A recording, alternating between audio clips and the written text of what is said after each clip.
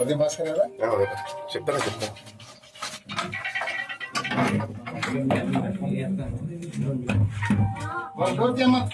మీరు ఎలా వచ్చింది మీరు ఎలా వచ్చారు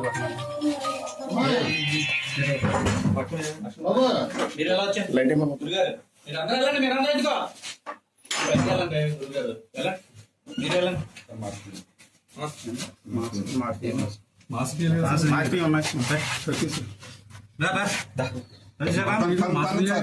లేడీని కూడా చేయండి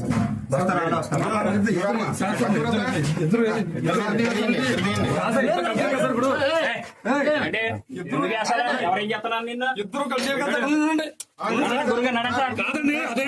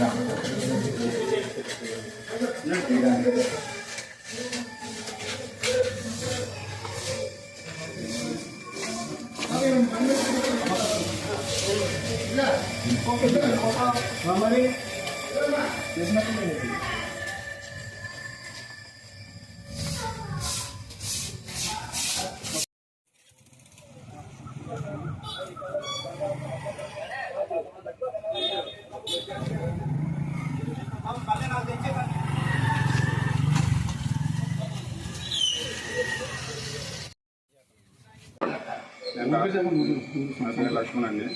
నేను రాత్రి 1 గంటకు వచ్చాను అన్నవరం నుంచి. నేను చెరువులు చేస్తాను, చెరువులో తీసుకుని వచ్చాను. 1 గంటకు తిరగడం తినేసి చెరువుల దగ్గరికి వెళ్ళి నేను మార్నింగ్ 7 గంటలకు వస్తాను, నాకు లంచ్ రెడీ చేసి పెట్టంటే సరే బాబు అని చెప్పేసి అండి. సో అక్కడ నేను చెరువుల దగ్గరికి వెళ్ళిన తర్వాత అక్కడ కరెంట్ లేదు. సీడేమో శాంపుల్ కింద చెరువులో కట్టేసి సరే ఇంటికి ఫ్రెష్ అయ్యి ఇక్కడ పడుకుని పొద్దున్న వెళ్దాం అని చెప్పి ఇంటికి వచ్చినప్పుడు తలుపులన్నీ చేస్తున్నాయి. ఫోన్ చేస్తే ఫోన్ లిఫ్ట్ చేయలేదు. బెడ్రూమ్ విండో దగ్గరికి వెళ్ళి విండో ఓపెన్ చేస్తే ఫోన్ చేస్తుంటే ఎత్తట్లేదు. అదే అని గట్టిగా వస్తే అప్పుడు వేసింది. పక్కన ఎవరున్నారా అంటే ఎవరు లేరు పిల్లలు అన్నారు. పిల్లలు ఇద్దరు ఇక్కడ ఉన్నారు కదా అని ఎవరంటే ఎవరు లేరు అండి. నేను మొబైల్ టార్చ్ లైట్ వేసి చూసేటప్పటికి ఎవరు లేరు నువ్వు కావాలని అలా చేసేస్తున్నాను, నీకు మర్చిపోయిందా తెచ్చెక్కిందా అర్ధరాత్రిలో వచ్చి ఏకరాత్రం అన్నారు. అదే స్పీడ్లో నేను ఆ డోర్ ఈ డోర్ లాక్ చేసేసి మా ఇంటి వాళ్ళని అందరికీ పిలిచాను. తర్వాత అన్నయ్య వాళ్ళకి వాళ్ళ అమ్మాయి వాళ్ళ నాన్నగారికి తమ్ముడికి వాళ్ళందరికీ ఫోన్ చేసి పిలిపించాను. ఎన్నేళ్ళు బట్టి వస్తున్నాడు అబ్బాయి? ఈ అబ్బాయి అయితే తను పిఎస్ఆర్ లా కాలేజీలో కంప్యూటర్ ఆపరేటర్గా చేసేది. అప్పుడు తను స్టూడెంట్ అందులో స్టూడెంట్.